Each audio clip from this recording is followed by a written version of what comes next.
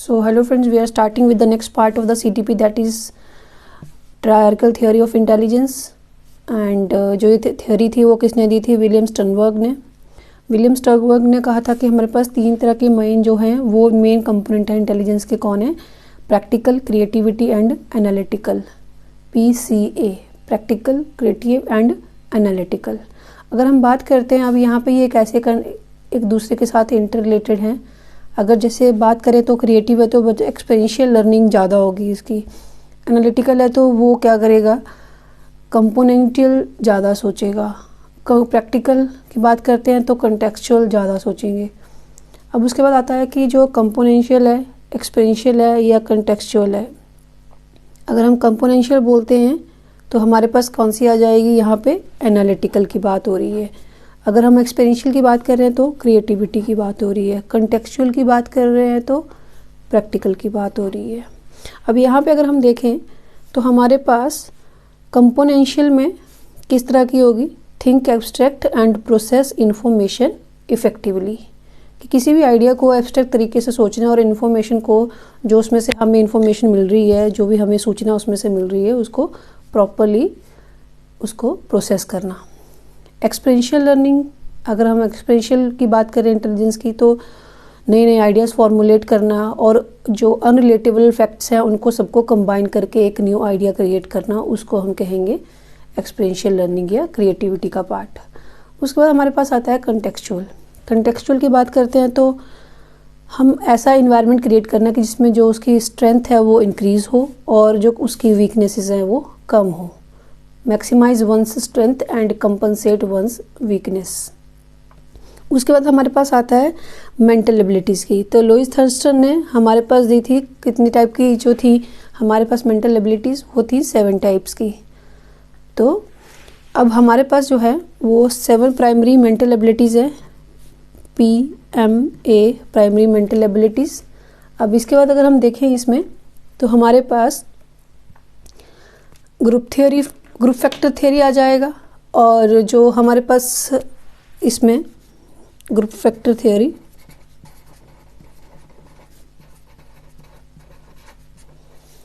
जो ये कहते हैं कि जो 7 फैक्टर्स हैं वो एक दूसरे के क्या हैं? इंडिपेंडेंट है। अब वो 7 फैक्टर्स कौन कौन से हैं इसका हम देख लेते हैं एक बार। 7 फैक्टर्स जो हैं वो कौन कौन से हैं? वो हैं हमारे पास S, P, N, V, W, R। अब यहाँ पे देखेंगे हम कौन कौन से हैं। ये हैं स्पेशियल एबिलिटीज़, स्पेशियल एबिलिटीज़ मतलब स्थानिक क्षमता। परसेप्चुअल,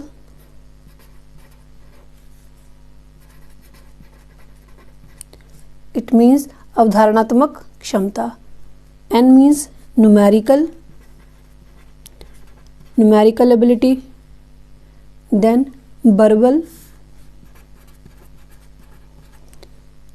कॉम्प्रिहेंशन, देन हमारे पास आ जाएगा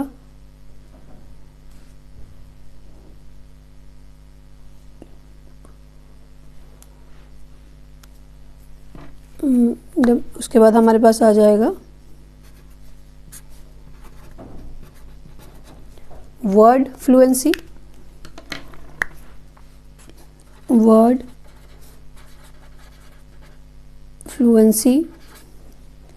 देन हमारे पास आ जाएगा इसमें मेमोरी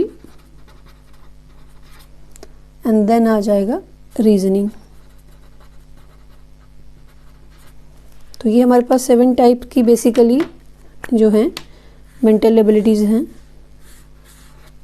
स्पेशियल, परसेप्चुअल, उसके बाद है numerical, verbal, memory, reasoning, word fluency, SPNB, WMR। अब इसको हम बोलेंगे तो हमारे पास ये आ जाएगी स्थानिक, अवधारणा, संख्यात्मक, भाषा समझने से संबंधित, भाषा जो वर्ड फ्लुएंसी है भाषा बोलने से संबंधित, मेमोरी इट मीन्स स्मृति, रीजनिंग मीन्स तर्कशीलता या तर्क शक्ति। उसके बाद हम बात करते हैं कि पियाजे कॉग्निटिव थ्योरी का क्या आइडिया था, उसकी हम बात कर लेते हैं। थियोरी ऑफ कॉग्निशन बाय पियाजे। उसके बारे में समझ लेते हैं हम लोग।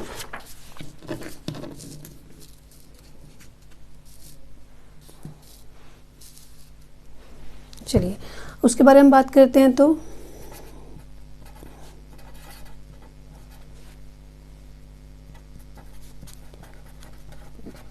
थ्योरी ऑफ कॉग्निटिव डेवलपमेंट या पियाजेस कॉग्निटिव थ्योरी। अब इसमें किससे बात करी है इसने? इसमें इन्होंने बात करी है कॉग्निटिव डेवलपमेंट की, कॉग्निटिव डेवलपमेंट की। इसको हम और क्या कहते हैं? पियाजे का संज्ञानात्मक सिद्धांत।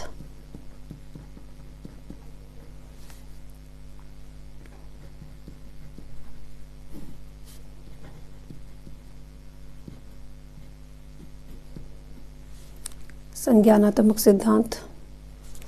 चलिए अब इसमें हम बात कर लेते हैं। इसमें इंटेलेक्चुअल डेवलपमेंट की बात करी है उन्होंने, कॉग्निटिव डेवलपमेंट। उसके बाद बात करी है उन्होंने यहाँ पे इंटेलेक्चुअल डेवलपमेंट की। नेक्स्ट हम बात कर लें तो उन्होंने कहा है कि बच्चे को उन्होंने क्या कहा है यहाँ पे? Child as a active constructor.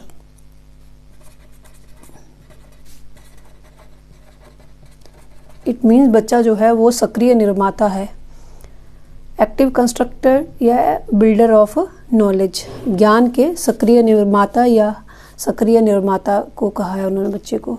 ये कौन थे पियाजे? ये थे स्विस साइकोलॉजिस्ट।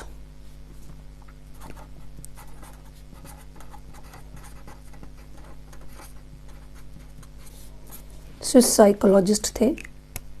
अब उन्होंने उसके बाद क्या कहा है यहाँ पे? उन्होंने कहा है कि जो बच्चे होते हैं वो और क्या हैं? Little scientist.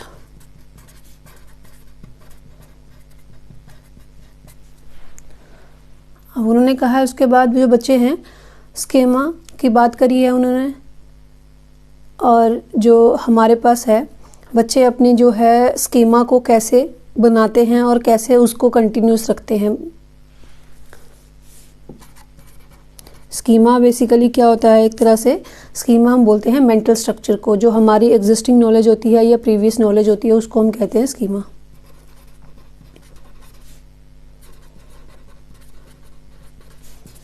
एग्जिस्टिंग या प्रीवियस नॉलेज।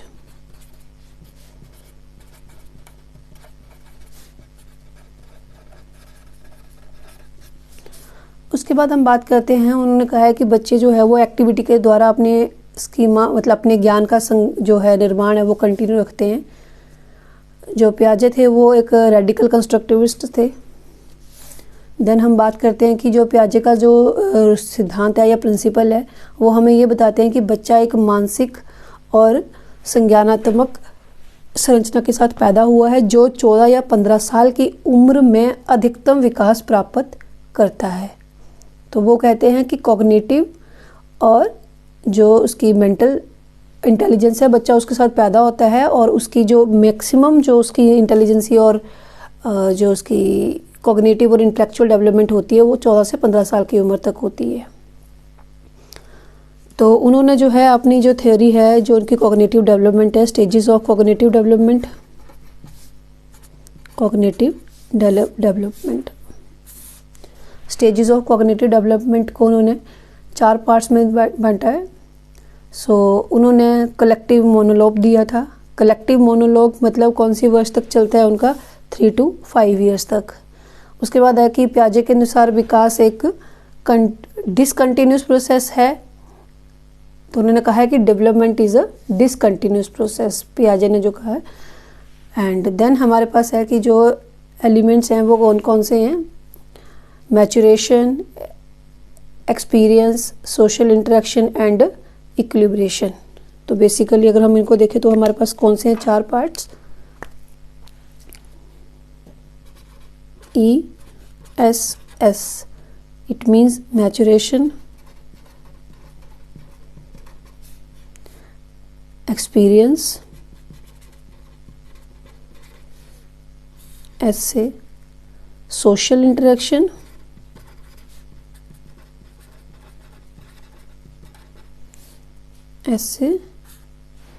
ई से इक्विलिब्रेशन।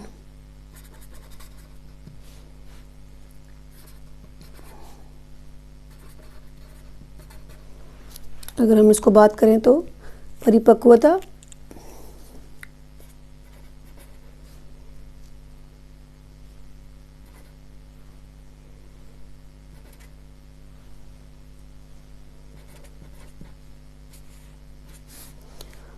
अनुभव,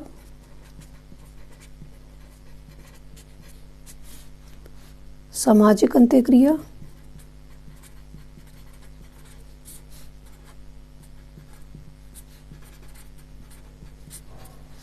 एंड संतुलन। अब उसके बाद बात करते हैं हम प्रोसेस ऑफ इक्विलिब्रेशन।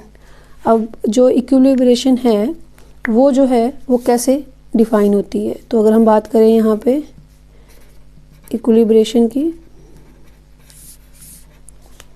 तो इक्विलिब्रेशन जो प्रोसेस है हमारे पास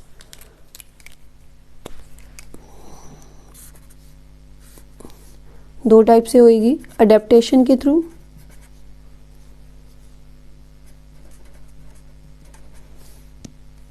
नेक्स्ट ऑर्गेनाइजेशन।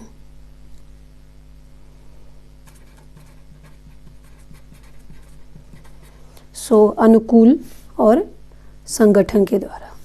अब अडेप्टेशन जो है वो किसके थ्रू होगी, असिमिलेशन और अकोमोडेशन के थ्रू।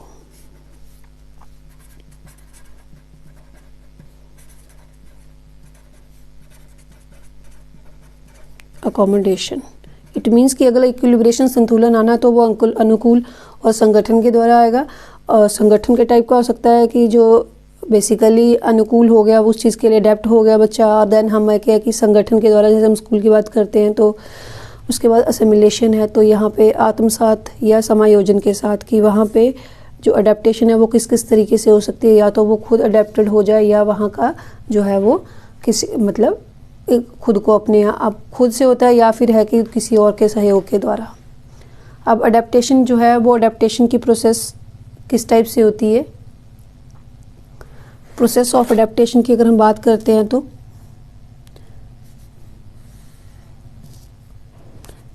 Process of adaptation.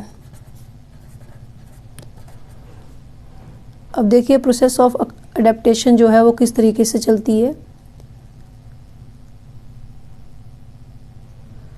पहले फर्स्ट ऑफ ऑल अगर हम बात करते हैं तो असिमिलेशन,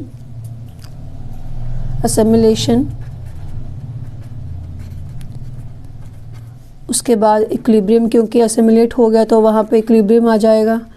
मतलब अगर हम बात करें तो आत्मसात हो गया तो वो संतुलित हो जाएगा। देन अगर कोई नई सिचुएशन आती है तो न्यू सिचुएशन अगर आती है तो डिसइक्विलिब्रियम हो जाएगा। डिसइक्विलिब्रियम हो गया तो फिर हमें क्या करना पड़ेगा, फिर से अकोमोडेट करना पड़ेगा। जब अकोमोडेट हो जाएगा तो फिर से असिमिलेट हो जाएगा, फिर इक्विलिब्रियम में आ जाएगा। इक्विलिब्रियम में आया फिर नई अगर कोई सिचुएशन आई, अगर हम बात करते हैं सिंपल है, बच्चे को कोई नया चैप्टर हम करवा रहे हैं तो बच्चे को पहले हमने जब सिखा दिया तो असिमिलेट हो गया, इक्विलिब्रियम में आ गया। अगर जब उसको हमने कोई क्वेश्चन दिया और वो उसको नहीं समझ आ रहा है और वो उसको नहीं अपनी नॉलेज को अप्लाई कर पा रहा है तो वो क्या हो गया, न्यू सिचुएशन, और वहाँ पे क्या हो गया, डिसइक्विलिब्रियम। हम उसको फिर से समझाएंगे तो वो अकोमोडेट हो जाएगा, देन फिर से वही सर्कल शुरू हो जाएगा। तो ये था आपके पास जो है मेन जो पियाजे के थ्योरी के तक के टॉपिक था। नेक्स्ट हम बात कर लेते हैं अब पियाजे की जो हमारे पास, अब हम बात करते हैं इसमें कि जो उन्होंने थ्योरीज को कैसे कैसे आगे डिफाइन किया था। अब उससे पहले हम बात कर लेते हैं कि असिमिलेशन क्या होती है। हमने पहले कहा था कि स्कीमा क्या होता है, अब हम देखेंगे कि असिमिलेशन क्या होती है। असिमिलेशन बेसिकली हम किसको कहते हैं, जब हम अपनी एग्जिस्टिंग नॉलेज या एग्जिस्टिंग स्कीमा में इंफॉर्मेशन को ऐड करते हैं तो उसको हम कहते हैं असिमिलेशन। मतलब हमने कोई नई चीज़ सीखी और हमें उसको पहले पता है और उसमें हम नई इन्फॉर्मेशन ऐड कर रहे हैं तो उसको हम क्या बोलेंगे, assimilation. Information to existing knowledge या एग्जिस्टिंग स्कीमा।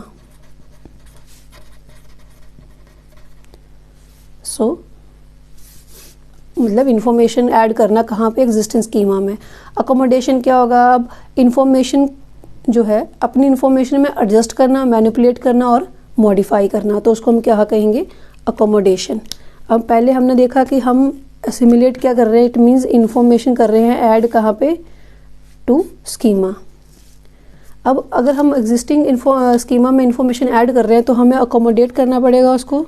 अकोमोडेट करेंगे इट मीन्स क्या करेंगे, उसमें हम अपनी इंफॉर्मेशन में क्या करेंगे, एडजस्ट, मैनिपुलेट एंड मॉडिफाई करना। Adjust, manipulate and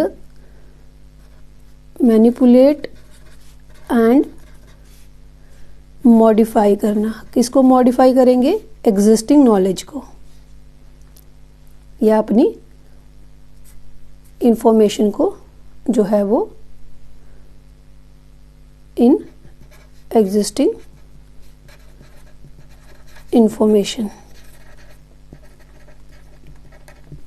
existing information में adjust, accommodate, adjust, manipulate and modify करेंगे। अब हम बात करते हैं उनके जो अकॉर्डिंग, पियाजे के अकॉर्डिंग जो है कि कौन कौन सी 4 मेन अवस्थाएं हैं कॉग्निटिव डेवलपमेंट की, स्टेजेस ऑफ कॉग्निटिव डेवलपमेंट। अब उनके हम देखते हैं कि जो हमारे पास है स्टेजेस ऑफ डेवलपमेंट, तो फर्स्ट आ जाएगी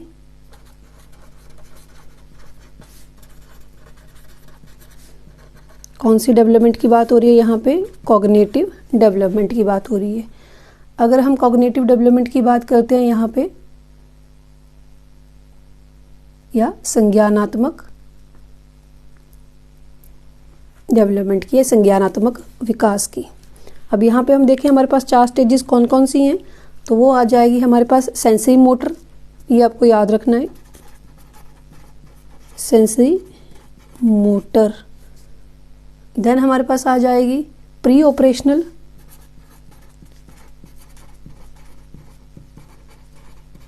देन हमारे पास आ जाएगी कंक्रीट ऑपरेशनल,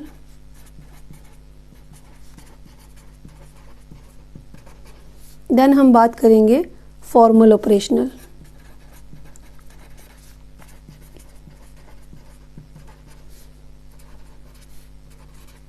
चलिए अब इसको हम डिस्कस कर लेते हैं।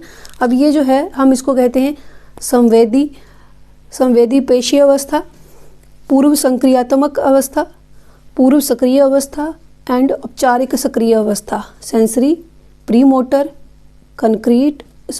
Sensory motor, pre operational, concrete operational and formal operational. अब हम बात करते हैं तो ये रहती है 0 से 2 ईयर्स तक, जब बच्चा अपने सेंसेस से सीखता है। प्री ऑपरेशनल जब हम बात करते हैं तो जैसे बच्चा अपने गैंग बना के, अपने ग्रुप्स बना के, तो इसको हम कहते हैं, मतलब बच्चा जो है वो लर्निंग बाय डूइंग सीखता है ईयर्स तक। कंक्रीट ऑपरेशनल जब बच्चा वहाँ पे उन चीज़ों का तर्क वितर्क करना शुरू करता है, उसको हम कहते हैं कंक्रीट ऑपरेशनल। और उसके बाद फॉर्मल ऑपरेशनल जब बच्चा जो है वो, हम बात करते हैं एडोलेसेंस स्टेज की। तो उसके बाद हम बात करते हैं यहाँ पे, अब बारी बारी हम इन सबको डिस्कस करते हैं। जैसे सेंसरी मोटर है तो यहाँ पे,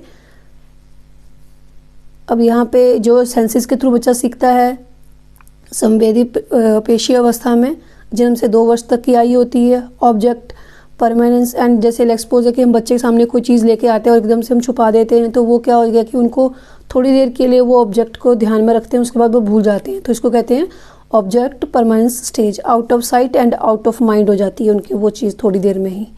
उसके बाद डेफर्ड इमिटेशन करते हैं, कि जैसे हम बात करते हैं, जैसे हम बिहेव कर रहे हैं वो वैसा ही इमिटेट करना शुरू कर देते हैं। गोल डायरेक्टेड बिहेवियर होता है इसमें। देन हम बात करते हैं कि इसमें बच्चों को जो सिखाने वाला, जो बच्चे का टीचर होता है, वो उनकी सेंसेस ही होती हैं। Senses are the teacher. बच्चा इस अवस्था में अपनी आँखों से, हाथों व आँखों से सोचता है, अर्थात अपनी ज्ञानेंद्रियों से अपनी जो उनकी इंद्रियां होती हैं उन्हीं को दुनिया समझकर विकसित करता है। Think with eyes, hands and years. Next हमारे पास है प्री ऑपरेशनल स्टेज। तो ये होती है हमारी पूर्व संक्रियक अवस्था, 2 से 7 साल की एज होती है। लैक, इसमें लॉजिकल बच्चा ज़्यादा नहीं कर पाते हैं, लैक ऑफ लॉजिक होता है। अब इसमें हम समझ सकते हैं कि उनको अगर हम बोलें कि पानी बर्फ़ से बन सकता है और बर्फ़ पानी की, तो वो थोड़ा सा उस चीज़ का आइडिया नहीं लेंगे। अब हमारे पास है कि वो जीव निर्जीव चीज़ों को समझना शुरू कर, बेसिकली अगर हम बोलें कि हाँ कोई चीज़ लाइव है या नहीं है, वो थोड़ा सा उन चीज़ों को थोड़ा समझते हैं, ज़्यादा नहीं समझ पाते हैं। अब जैसे उनको लगता है कि इस एज में क्या होता है, बच्चों को ऐसा लगता है कि जैसा मैं सोच रहा हूँ दुनिया सारी वैसी ही है। सिंबॉलिक लैंग्वेज उनकी बढ़ती है यहाँ पे, जैसे बच्चे को ABCD क ख ग सिखाना शुरू कर देते हैं 1 2। अब यहाँ पे बच्चे को ऐसा होता है कि जैसे एग्जांपल की अगर हम बात लेते हैं, तो हम बच्चे को अगर बोलें कि ऐसा और इसमें किस में पानी ज़्यादा है, तो बच्चों को लगेगा कि दोनों में पानी बराबर ही है। तो बच्चे को अगर हम बात करते हैं, इस एग्जांपल की लेते हैं कि हमने तो दोनों में पानी ज़्यादा डाला है, बट हमने एक में ग्लास में लिया, एक हमने प्लेट में लिया, तो बच्चे को लगेगा प्लेट में पानी ज़्यादा है। तो इसलिए वो वहाँ पे इस एज में आके, प्री ऑपरेशनल स्टेज में बच्चा आके जो है वो एक तरह से हम बोलें कि वो एनालाइज नहीं कर पाता चीज़ों को अभी। अब उसके बाद है ये मतलब सेंट्रेशन होता है इसमें, उनको लगता है कि हम जैसा सोच रहे हैं सारी दुनिया वैसी ही है। उसके बाद है कंक्रीट ऑपरेशनल। अब कंक्रीट ऑपरेशनल हम इसको कहते हैं मूर्त संक्रियात्मक अवस्था। अब यहाँ पे बच्चा अपना लॉजिक बनाना शुरू कर देता है। यहाँ पे कंक्रीट चीज़ों के बारे में बच्चा जो है वो लॉजिक बनाते हैं, क्लासीफाई करते हैं कि चीज़ों को अगर उनको शेप बताए जाएँ तो इस तरह से, तो वो शेप्स को डिफ़ाइन करेंगे कि हमारे पास सर्कल है, ट्राइंगल है। कलर के बेसिस पे चीज़ों को जो है वो डिफ़ाइन करना शुरू करते हैं, साइज़ के बेसिस पे डिफ़ाइन करना शुरू करते हैं। उसके बाद यहाँ पे वो उनको जो है कंजर्व, नॉलेज को थोड़ा थोड़ा कंजर्व करना शुरू कर देते हैं। यहाँ पे 7 साल के बच्चा तक तो हमारा एलिमेंट्री स्कूल में चला जाता है बच्चा, तो वो नॉलेज को कंजर्व करना शुरू करता है। रिवर्सिबिलिटी का उनको ज्ञान होता है, बिकॉज वो नॉलेज को वो है, अगर एक बार कोई चीज़ उन्होंने पढ़ी है तो वो उसको फिर से रिवाइज़ कर सकते हैं अपने दिमाग में। वो अगर कभी जब पूछी जाती है तो वो बता सकते हैं। चीज़ों को इंक्रीजिंग और डिक्रीजिंग ऑर्डर में वो लगा सकते हैं। एंड डिसेंट्रलाइजेशन होती है, विकेंद्रीकरण होता है। अब देखिए इसमें अगर हम बात करते हैं तो कंजर्व करते हैं, क्लासीफाई करते हैं। इसमें जो हम इसकी बात करते हैं तो CCS, conserve, classify and seriation, मतलब कि नॉलेज को कंजर्व कर सकते हैं, चीज़ों को क्लासीफाई करते हैं और नॉलेज को मतलब जो है नॉलेज को कंजर्व करते हैं, क्लासीफाई कर सकते हैं, चीज़ों को सीरीज ऑर्डर में लगा सकते हैं। और यहाँ पे होती है डिसेंट्रलाइजेशन। नेक्स्ट हम बात करते हैं तो हमारे पास आ गई फॉर्मल ऑपरेशनल स्टेज। ये होती है एब्स्ट्रैक्ट थिंकिंग की नॉलेज या लॉजिकल कंसेप्ट को समझना, चीज़ों को समझना, कोई चीज़ कैसे काम कर रही है उस चीज़ के बारे में समझना। और ये होती है हाइपोथेटिकल डिडक्टिव रीजनिंग, इसमें कि हमारे पास किसी भी एक चीज़ का कितने आइडियाज़ हो सकते हैं, जिसको हम कहते हैं एब्स्ट्रैक्ट थिंकिंग या divergent thinking, convergent thinking. Deductive reasoning करते हैं इसमें बच्चे कि हमारे पास कोई एक प्रॉब्लम है तो उसको कैसे स्टेप वाइज उसका सॉल्यूशन निकल सकता है। उसके बाद हम नेक्स्ट हम बात करेंगे यहाँ पे लेव-वाइगोस्की की थियरी में। लेव-वाइगोस्की की थियरी है सोशल कल्चरल अप्रोच जो है उनकी, उसके बारे में हम यहाँ पे बात करेंगे। That we will do in the next video. Thank you.